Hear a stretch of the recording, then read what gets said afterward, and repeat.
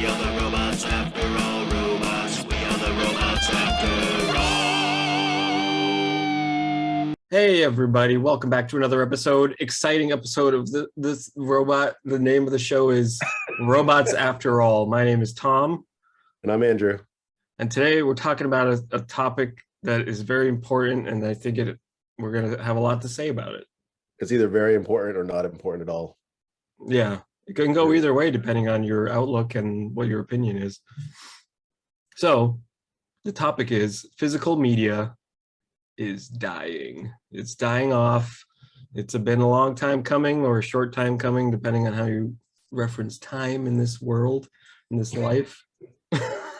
But yeah, physical media, I mean, it's changed a lot, and love it or hate it, we're here to talk about it.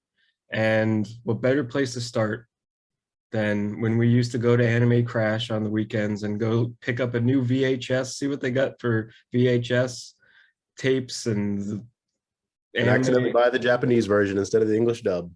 Yep. Oops. Now I can't know what they're saying. But yeah, I mean, I think it's like our pastime, right? I mean, we grew up, we've experienced the internet, we grew up recording songs off of the radio. I don't know if you did that, but you put the cassette in there, record your favorite song. I remember recording Weird Al and some other Offspring and whatever else.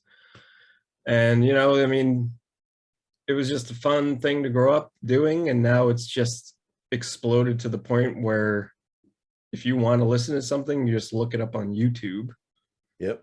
And it's you don't even really need Spotify. Like, everybody goes after Spotify, but I don't personally use Spotify. Half the time, if I want to listen to an album, I'll plug the album into YouTube search and it comes up with a playlist of that album. So it's even something like Spotify, in my opinion, is kind of obsolete if you're already using YouTube. Right. And I think like the bigger topic here is, you know, owning your own stuff and having to rely on a streaming service that is connected to the internet. Versus the new direction of the world, which is you will own nothing and you'll be happy.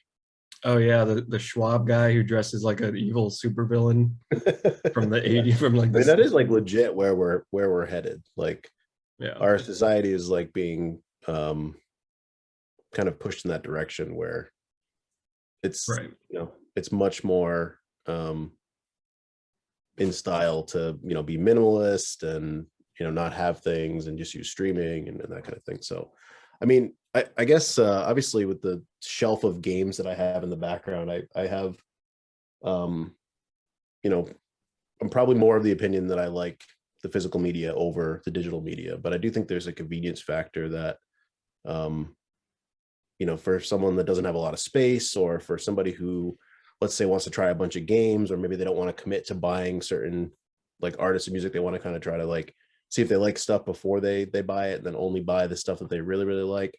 I think that there's kind of a use case for the digital, but I think that there's something to be said about having a piece of physical media, whether that be a movie, a CD, or a vinyl album, or a game, where you're holding it. You know, you could let somebody borrow that. You can, you know, with CDs, I remember when we were younger, like, we would literally sit down with the CD case and like read the lyrics, or like check out the album artwork while we're listening to it, or, you know all the track listings. Now it's like, even if I'm trying to keep track of what songs came from what albums from certain artists, like, it's getting harder and harder to remember because you don't experience the songs, you know, together on an album. It's kind of like, oh, I like this song, or oh, I like that song, and you're kind of like sporadically listening to them through searches or Spotify or whatever. Yeah, I remember being very excited about album artwork and be like, oh, what are they going to put in this one? Are they going to include the lyrics, or they are not? Because I always used to love when they include the lyrics, so I can kind of figure out. I mean, I know Green Day, that was big with Green Day, because half the time you couldn't even understand what they were saying. Yeah. And then you have to look it up. And that was always a cool aspect of it. And it's also just cool to see what they're saying and follow along with it. I remember using to listen to it and just read along every now and then. I mean, it wasn't like a huge thing I would do all the time, but that was part of the excitement. And going to a record store Like we grew up with Newberry Comics. I mean, there's obviously the staples that some of them have turned into other names like FYE, For Your Entertainment. That used to be Which, Record well, Town. yeah, so it was Record Town, Coconuts, Strawberries, and Saturday Matinee were all the same company, and they had various. I don't think they were always all the same company, but eventually they kind of went on under all the umbrella, and then all those stores just became FYE. Yeah, Strawberries. I think that was like a New England thing too, as well, wasn't it? No, they had them in New York. I know that. Well, that's Not New England. New York isn't New England. That is not. New Which is Northeast, I guess. yeah, it's Northeast. That's not New England. Um, but yeah, going there and just experiencing like buying a CD just for the sake of buying it, like an album you've never heard of, like an artist you've never heard of before, and checking it out. We used to do that a lot. And then you even notice it even in like when CDs were still popular, started to slowly stop doing that because it just wasn't, it was kind of expensive. And you're just like, okay, now you can just look up something and, oh, there it is. It's there to check out before you buy it. I think at that point I've already kind of plateaued like a lot of the music that I like and bands Well, that I follow. it's also diluting, right? Because Yes. I remember thinking about this as a young musician, like if you thought about the days of like Beethoven or Bach or Mozart, like people used to have to actually physically go in person to witness a concert, to witness them play it live, because there was no, or witness someone playing that music live, because there was no recordings. And then as soon as recordings happened, you automatically brought a convenience factor. You automatically changed the way that people experience music, and there was kind of pros and cons along with that. That kind of idea has become exponential now, where it's exceptionally easy for people to make music. It's exceptionally easy for people to access music. And therefore people don't really finding it's like, it's the same thing like how when we were kids, we were like nature appreciators, and we would be like, super, blown away by a really cool tree or something like that. And then other people just look at it like it's just a tree. They're everywhere. Like there's no reason to kind of like stop and really take a look at this. I like trees. So you do like trees. So, I think that there's that aspect of it where it's become more readily available. So so you're kind of desensitized to it. Oh, big time. And then on top of that, the ownership idea of it, I think that it kind of, the new kind of change to digital there was an illusion of owning something that you technically didn't own anyway. Like the rights to something kind of were always in the hands of the distributor or the, record label or whatever it is. And same thing with games, right? It's like they're lending you the software to use. Like on PC, you used to put a code in. If you didn't have that code, then you didn't have the software, even if you had it on a computer kind of thing. So I think some of it was like, it's always kind of been that way. And now they're just kind of taking more control over that situation by, taking it back to video games, like Xbox not allowing you to play a game if you haven't, followed the DRM protocol and gone online with the disc. Even if you have the disc, you still have to go online to actually be able to play it. There's well, that whole specific around that. the whole situation that happened recently with there being an outage, and you couldn't access the Microsoft Store. You couldn't really access much online, and you couldn't play any games. People couldn't even play games offline because they have to recognize that through the internet that you own this properly. I'm not sure how any of that works. It's mystifying to me how, but it's insane that even if you own a physical copy of an Xbox game, you cannot put it in and play offline. That's just absurd. And now it's like kind of like the steps they're taking now when it's like baby steps, because now they're releasing systems that are digital only. So clearly they want to move that way. And with Game Pass becoming, you're able to stream Game Pass games or on your phone and potentially anywhere now. And all these like practically abandoned streaming services like Stadia and Amazon. Like, I don't know who's using Amazon gaming. Stadia was pretty much dead in the water when it came out. Yeah, I think that they actually shut Stadia down already, didn't they? It's still there, but it's kind of like a rebranding. And yeah, it's still there. It's just not very relevant. Hmm. And I don't know. They had put out like a public service announcement about it and just talking about, hey, we're still dedicated to this platform. So I don't know. Whatever. Hmm. I own one game on there, and that's that. Well, no, you don't. Not anymore. Not when they shut down the servers. Yeah, once that's shut down, it's gone. But the heck is that Um, game? The one I mentioned to you. It's like that over third person view game. It's like a detective. Disco So- Elysium. Disco Elysium. Yeah, the dial. Yeah, that game is pretty amazing so far. But anyway, But yeah, I mean,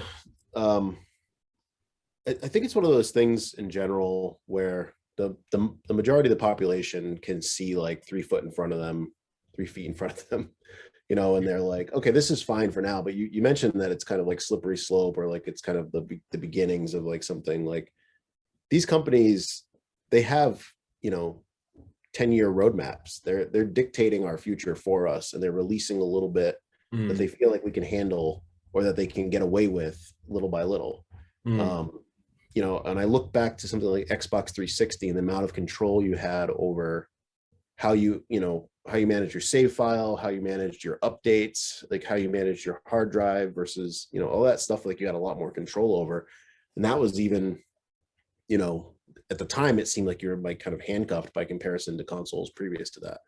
Now it's like, you can't even play a game on Xbox Series X or Xbox One without updating it. It's like, at least on PS5 or PS4, it's like, hey, we got an update file. Do you want to start the game without it, or do you want to wait? Like they give you an option and you're like, oh, you can either cancel it or you can do whatever you want. But on Xbox, it's like, no, you legit can't play this game unless you go offline.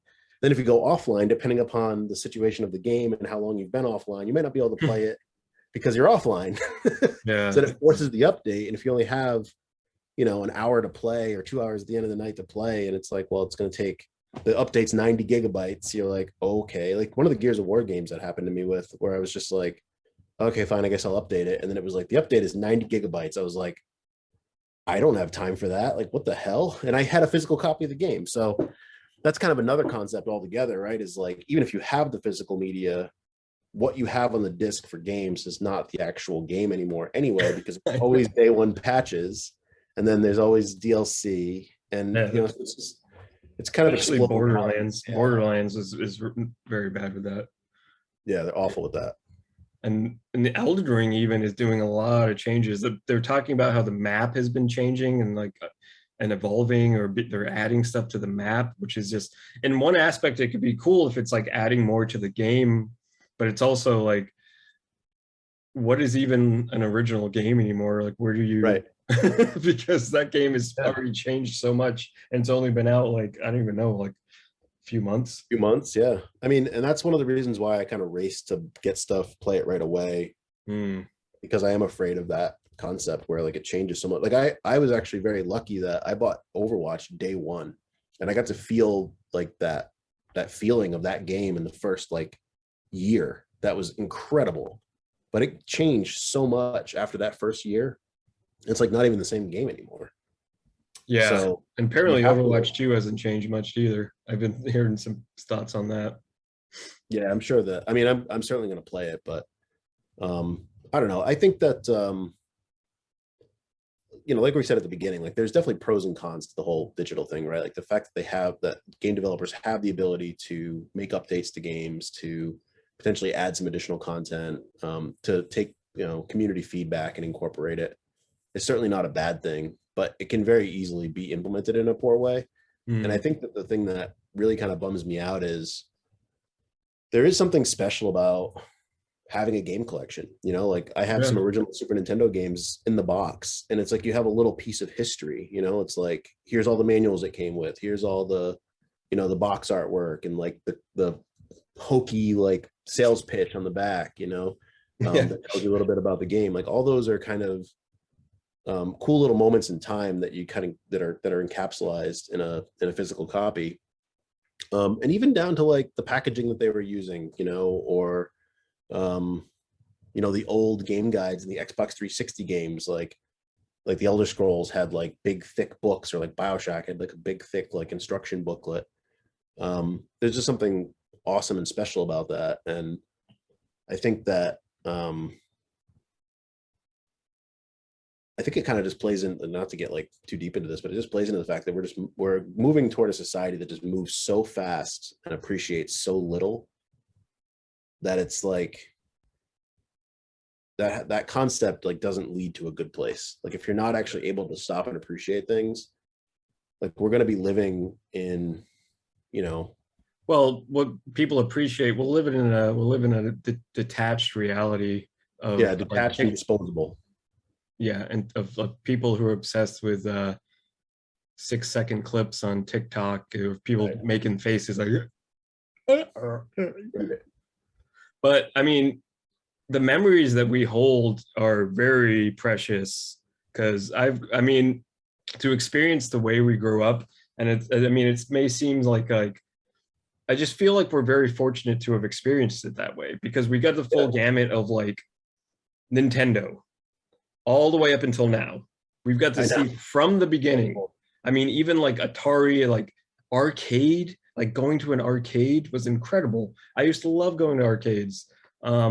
And just the fact that like I'd go to a friend's house and I'd bring over Crash Bandicoot because he doesn't have it. And now I Right. can bring it over to him, and or we'd sit down and play Resident Evil together, and he'd watch me play, and we'd get excited over like going around a corner and a zombie coming out. We'd both be able to share that experience together in the same room.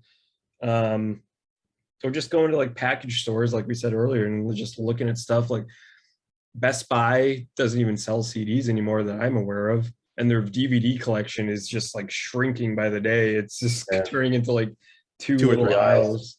Yep. Yep. And like Newbury Comics, a popular Northeast record store, I mean, they barely have any CDs anymore. And their comics section is stashed in the back, and they're focused on Funko. It's all like Funko, which is also like a counterpoint, which is interesting. Although a lot of physical entertainment media, like music and movies, vinyl and action figures are frigging exploding. And I mean, also records. That was another thing I wanted to bring up. But it's just insane that action figures are huge right now. Like Hasbro and McFarlane are kind of leading that. I know McFarlane is kind of like not the best, and then but also like the high end brands like There's Hasbro. Hasbro makes junk too, in my opinion. I mean, well, yeah, Hasbro. I think, and I guess that's a personal preference where I prefer Hasbro over McFarlane's articulation. But just the fact that I'm saying that is kind of weird. Like, I prefer Hasbro's action figure articulation. Like, what are freaking nerds? Well, they marketed, you know, we grew up with it. Because I actually thought about this somewhat recently, because I was thinking about like, well, you know, what about like our parents' generation? Like their toys were like, they had tin toys, they had like goofy things, right? Like we had Ninja Turtles, we had He-Man, we had stuff that was like cool and that you would build an emotional attachment to. Like they didn't have characters that they, you know, grew an emotional attachment to and then had like the action figures of. I mean, to maybe some extent you had like G.I. Joe, and like maybe they had like Dukes of Hazzard, or like, you know, Right. Batman or something like that, like here or there. And then I think a lot of those people, I do know, you know, older people who are really into Batman memorabilia or something like that. But I think a lot of the toys were kind of unbranded, like here's a cool toy for a kid, you know. And during the 80s and 90s, it was like this boom of just really, really cool toys that we all got really kind of hooked on. And like to this day, I mean, granted, you and I are an exception because we're like mega dorks, but I mean, yeah, before that it was like Army Men and Cowboy Right. Indian toys. They're like die cast metal though, and like Exactly. made in the USA. They're all in landfills. They're indestructible. Exactly. Melted down for bullets to be used in World War. Yeah, exactly. Well, that's a whole other thing too, right? It's like I feel like there were some harder times, you know, for that generation. So it's like the focus of your life then just becomes, okay, like how do I survive, versus like we've been in a fairly even though there has been war, like we haven't been directly affected by it. So I think that we kind of just held on to childhood a little bit. But Yeah, you're right. I mean, the Funko Pop things are physical media that they're usually movies or video games or something that like people want to have some kind of like um physical representation of something that they like. So maybe that's kind of like that's where like the scales are trying to balance, where it's like people do want, not just a Yeah. digital experience, and that's kind of how they're getting it. Hmm. Um, but the thing that I really want people to be aware of is that like if you own something digitally, it can be taken from you. Yeah. Like there's very few ways that you can own something truly digitally because you're always going through um, some form of centralized storage for that digital ownership. And that's kind of one of the differences that is going to be revolutionary for cryptocurrency, is that like you'll be able to actually own your own digital property by having your own kind of receptacle that can store the digital um, assets in a blockchain. So if we get to a place where like, hey, you want to download a video game, you download it and own it through a blockchain. Now you could actually hold it in a cold storage wallet and actually own it yourself. And that actually might be kind of a cool idea, because then it's really up to you to make sure your seed phrase and everything to be able to actually access the assets that you own. But when Yeah, you're that would. going out pinging Sony servers to get that, and then Sony servers go down, or they just decide, hey, you know what? We're not going to have DuckTales anymore. We're just delisting this. So like now PlayStation 5s that have DuckTales or PlayStation 4s that have DuckTales like sell for like crazy amounts of money because you can't get that game anymore. Yeah, Uh, it almost becomes like an NFT in that yeah, regard. on the console. That's interesting. Yeah, that's a cool idea of a future way to own stuff properly in that Yeah. sense, in that regard. And there is like it's kind of interesting since I know you're not on social media anymore, but it really has shown how many collectors are out there collecting physical media, and it's pretty awesome. I follow some people, and it's just their collections are insane, and it is cool to have. I mean, if you have the space and you enjoy it, well, I mean, more power to you. Exactly.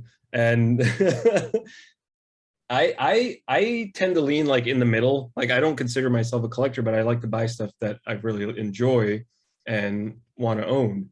So there are certain games that I know Ghost of Tsushima was one of the purchases. I know I'm going to love this game, so let me own it. That being said, I've never beaten it, but I did love it, and now we're married. So Yeah, I do that too. I mean, I've definitely gone a little overboard with game collecting because there was a phase during PS4's like heyday where I was more into, I want to buy the important games, not even games that I necessarily want to play, but I just want to have like kind of like a historical record of like all the great PS4 games. And mhm. I've gone back and I've collected, I feel like I have all the Wii games that I really care about, the Wii U games that I care about, the GameCube games. I've kind of gone back and like grabbed key titles um, because it is kind of more of a collecting, it's more of a collector's kind of mentality than just like a player's mentality on it. But if I were looking at it solely from a player's mentality, I do think that it's cool that you could basically keep your entire library. Like there's a part of me, like I have so much stuff. I have collectibles everywhere. My closet behind me is like filled with toys and, stuff that I haven't looked at and, since I moved kind of thing. And there's a part of me that like fantasizes about living in like this really clean cut, space that has just like a TV and a box that just has all my games in it and all my movies and everything can just be like streamed from that and everything's like, there's not clutter everywhere versus like how I live now, which is every square inch of this room is covered in something. Yeah, exactly. So, I do think that there's value to it. I just also don't like the fact that um, these companies that are going this digital direction, they're taking away your opportunity to have your own property. That's like what it really comes down to. Like this is investable. You know what I mean? Like I have sealed copies of Skyrim that are investable. And if you bought Skyrim day one and you downloaded it digitally and it's on a hard drive, no one gives a shit. Like in 30 years from now, when people want to buy Skyrim, they're not going to go and buy your console that has the downloaded version on it. Well, except They're gonna- people will do that. Remember when the Flappy Bird, the app, got canceled from? So there's this app called Flappy Oh Bird. yeah. And people are buying the phones, right? Yeah. A better example is that Silent Hill demo that Oh, they PT. removed. Yeah, they removed that, and people were selling their consoles that had it still saved on them. So there is that. That is a thing that can happen. But it has to be 100% digital for that to be true, because those were 100% digital. Oh, right. Yeah, sure. So if there's a physical copy out there, then people are going to go after that. Yeah, it's true.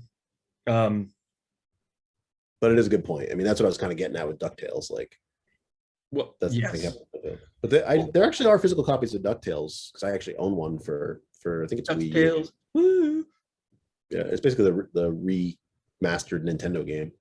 Yeah, I've always wanted to play that, but I don't know why I never played that because I loved the original Nintendo game, especially that moon level. I get screwed because it's really hard to find. Yikes. I feel like Nintendo is one of the few companies that still really loves physical media because they want people to still be in the same room together and enjoy that experience of gaming in the same room. They love catering towards that experience. So that's something they're still kind of holding on to for as long as they can. And then you have Game Pass, and Sony's now trying to do a new rebranded thing that's like seems a little bit more confusing than it should be. But I know I've gotten a lot of use out of Game Pass. So yeah, I do. I think that it's like most things in life, a mix of both is probably like the best path, right? Like, because but I guess it also depends on your goals, right? Because like if you're the kind of person that doesn't want a lot of clutter in your house and you don't care about investing in games for the future kind of thing, then more power to you. Like only download. What I don't like is that the sale and distribution, the manufacturing and distribution of games has a massive cost to these game developers, and when they're pricing for digital download, there's no discount in most cases. So they're still charging you $70 for a new PS5 game like Elden Ring, or $60 or whatever it is. I think some of them are 70, some of them are 60. And I feel like that'll get carried into the future, that like it's not like we're going to have this massive discount on games in the future because they're not producing them anymore. So you're going to be kind of losing two things. You're going to lose the collectability, and you're going to lose some of the value that you're getting because you're paying more for it. yeah, that's true. I mean, I still have my PS3, and there are games on there that I don't think you can get on the newer PlayStation on PS4 or not, because they're old. They're like old PS1 games, and I don't know if PS4 still sells those or not. I've heard recently that their PS5 is like looking to open up a bunch of PS1 games where you'll be able to like rewind and stuff on them, which is kind of cool. Oh, that'd be But yeah, but that's exactly it. It's like you're at the mercy of whatever they decide to offer. Like, remember when Wii came out, I downloaded a bunch of N64 games. And then it's like you have to wonder, like when Switch came out, they didn't have those N64 games. And then when the way that they do it now is like you have to have an online subscription to be able to play the old retro games. So it's like, well, I just use the Wii that has those games, downloaded on it. That reminds me of like the Nintendo DS shop is closing soon. All those games you will never be able to find again. Any of those games that are only digital, there is no way unless you have them saved, like, and you're able to like hack and download them, like those are going to be gone. So if anybody wants Nintendo DS games from the online shop, you better get ready. Go. Yeah. I think that that's what it really comes down to, is like people don't, that's what I was kind of started to get into, is like people don't look to the future like that. Like I feel like as I've gotten older, whenever I like buy something, especially of like a lot of money, like a game console, it's like I want to make sure that in 20 years from now, if I want to go back and play a game on this, it'll still work. And I actually worry about that with something like Xbox One. Because if you don't update it, then it gets bricked, basically. You just can't use it. Yeah, that's the case because you have an extra one that's bricked, right? Yeah. So like what happened, which I could, I could basically solve it by updating it. But what happens when those servers are no longer available, or it's not being supported anymore? And I'm not saying that that's necessarily going to happen. Maybe Microsoft goes on to continue to rule the world, and it's on forever for our whole lives. Well, that's the other interesting thing because it gets to the point where, I mean, as long as you have internet and internet exists, you're and those companies exist, and it's not an issue. Because I feel like once you lose the internet, then there's probably something other that's serious going on. It's probably gonna. But I have thought about that. I've thought about the fact that internet is, you kind of think of it like electricity nowadays. Like everybody has it. You need it for things to work.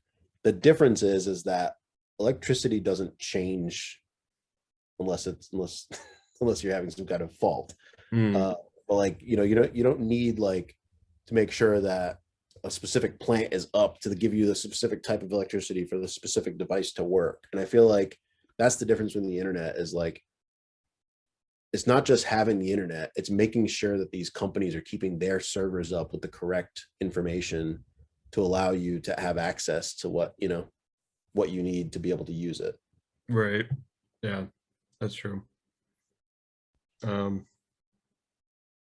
Yeah. Well, I mean, the reality is nothing we can do about it. The market is going to dictate what happens here. I think that there are companies like Limited Run that are making games physical. Yeah. I've heard about that. Digital only versions. Yeah, that's kind of cool. Yeah, so PC games are like PC games don't even exist anymore, do they? It's all like Steam or downloaded from the website. Same thing. You're going through a client of some kind that you're relying on the client to like host those games. Yeah, it's true. Yeah, I'm not sure how Steam works, but I mean, I don't know if you can play those games if you're offline or what. I don't know. I think you can play them offline, but maybe not. Maybe you still have to log into your Steam account. I don't know. I remember looking into that and being like, I don't really like this. It's not really for me. Yeah, I'm not sure about gaming in general. I think is like very overrated. What is? PC gaming? I think it's overrated. It's like, yeah, I mean, I've been in the console, and we have like less than a minute, but I've been into console so long that it's kind of like that's my thing. Well, it's the way the market like focuses. So these developers optimize all their games for console. So whenever the PC version comes out, it's always broken. So then you have to wait like a year until after, like, or some amount of time for them to actually fix the PC version. Yeah, except for Cyberpunk, which apparently. So yeah, except I was saying, unlike Cyberpunk, where they showed footage from the PC game, and then when they released it on console, it was like trash. So they were kind of tricking people by showing them better footage that wasn't even like finished yet. So yeah, they I don't know. I feel like some games certainly can run a lot better on PC, but it's just not really where game designers seem to be putting their focus from a development perspective. They seem to the money seems to be in the consoles, so they seem to prefer those. And now consoles are getting so powerful that they kind of are, starting to get on par with some PC stuff. I mean, you even have like some settings available on Xbox Series X and PS5, even PS4 Pro when it first came out. Like they started making, you could adjust the draw distances and resolution versus performance and some kind of minor settings, but yeah, and plus PC. Sorry, go ahead. I was gonna say, and then the fact that you just don't really have that many physical copies of PC games nowadays. Like I don't even know if they exist anymore. I think it's just the collector's editions that come out. Yeah, I guess there are like CD versions, but I feel like I never see them in stores. Yeah, very rarely. Best Buy has like an end cap of them. Oh, really? Yeah.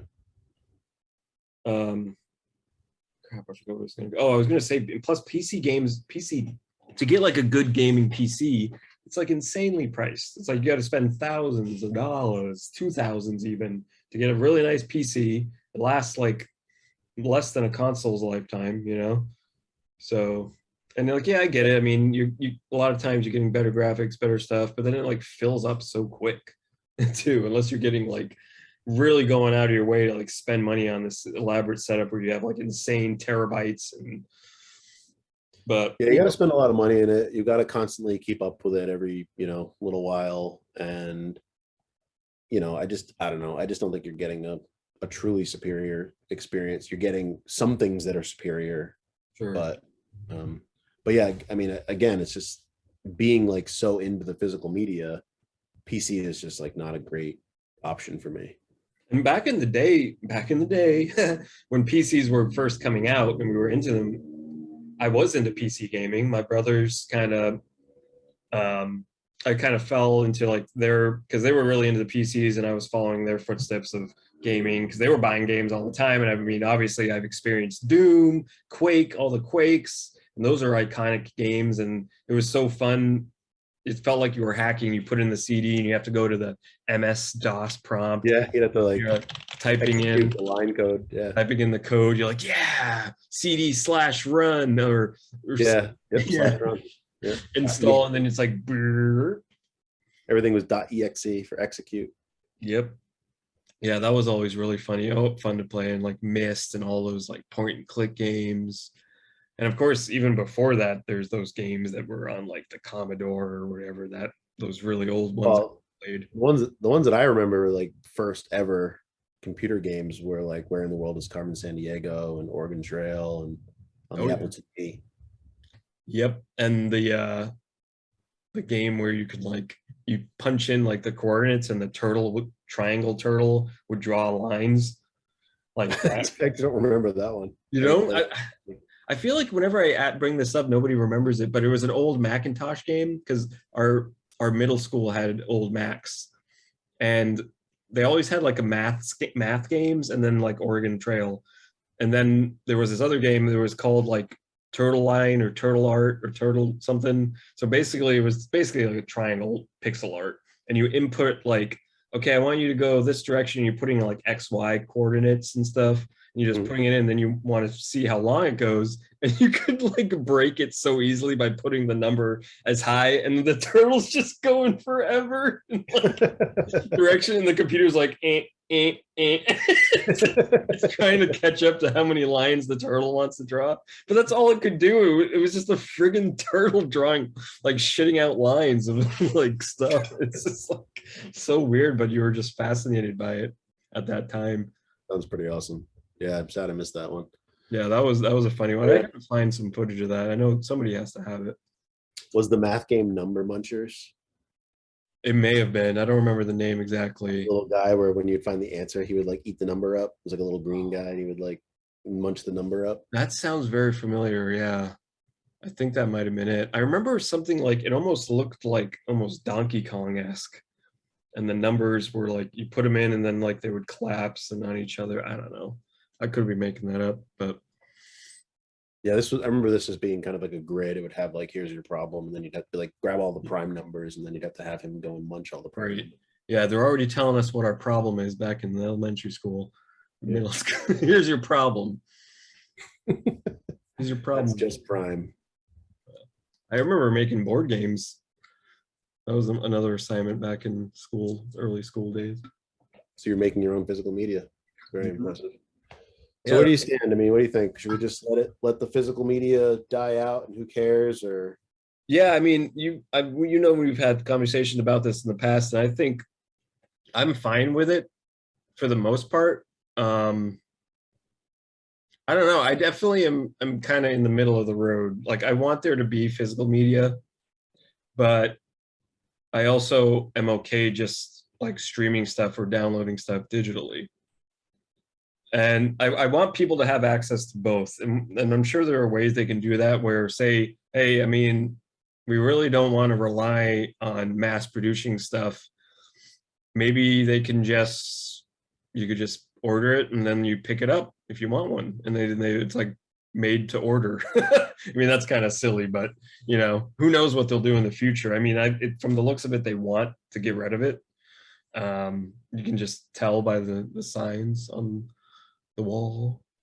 well, it's interesting you mentioned that, because you can do that with books. You know, there's certain books that there are companies, and I'm going to draw a blank on one of the companies' names, where you can basically just be like, here's this book that isn't actually kind of owned by anybody. I want you to print me a copy of it.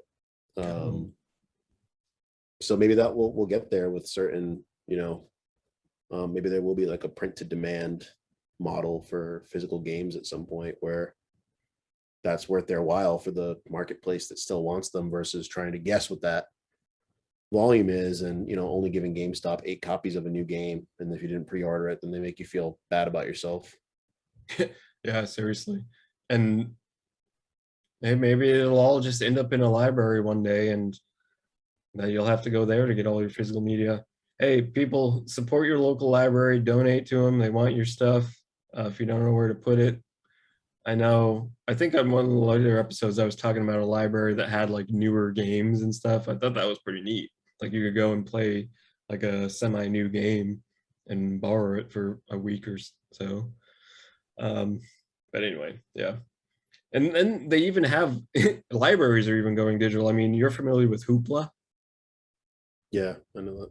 Yeah, you can get books on there, you can get music on there, and movies. So, and comic books. So I was reading the Bloodborne comic book I mentioned, which is very good, and then some other stuff like The Last Ronin, which is a new comic book, but I'm able to read it on Hoopla, and they have it on all the new issues, which is kind of neat. That is neat. Now I don't need to spend all the money collecting and like having a bunch of stuff on my shelf. But you'll never reap the benefits of it potentially going up in value someday. Yeah, I mean, that's another thing that is kind of cool about that type of stuff. But I'm just kind of, I'm over it in a sense, because I'm just like, what am I gonna do, you know? You Collect already it have too all. much money, I get it. I You're done don't with want money. Yeah, you know, I don't know. I think that you know, to wrap up, my take is I do feel overwhelmed with the amount of physical media that I have. There's a lot of it that I don't even care about that I will potentially need to cull out of my collection. But there's also stuff that I have that I'll hang on to just because it's worth money, and it will continue to be worth money in the future, and at some point will be, you know, lucrative to potentially sell. So Right. I think that there are, you know, I think that it's very easy to kind of scoff at like, oh, having a shelf of a bunch of stuff or whatever, but you might be able to store a lot of value in a very small space, you know, that maybe it's not worth anything right now, but you know, if you hold on to it for 20 or so years, it could be very valuable, and you might be kicking yourself like every generation has, like, you know, our parents did with baseball cards that are worth like hundreds of thousands of dollars, and you Yep. know, comic books that they were like, oh, if I just held on to this, you know. I think video games are going to be like that for this next generation because it was the primary thing that everybody loved. I think Switches and Switch games will be, I think you'll see them be even more valuable than original Nintendo games in the future, just because again, like when we grew up with Nintendo games, like we had comic books, we had, you know, collectible cards, we were super into like playing outside and biking and, you know, street hockey and all kinds of stuff. But like kids that are growing up with Switches, like their entire existence is around like Fortnite and you know, Switch games, you know. Yeah. So I just feel like there's going to be a lot more nostalgia attached to that as time goes on, when those kids grow up and get tech jobs and have all the monies to Become digital warriors yeah in Elon Musk's future of Neuralink. go to the metaverse. Yeah, we'll all live and eat and breathe in the metaverse. I've been wanting to go to the metaverse. They have fast food joints now, Wendy's and Burger King, I think.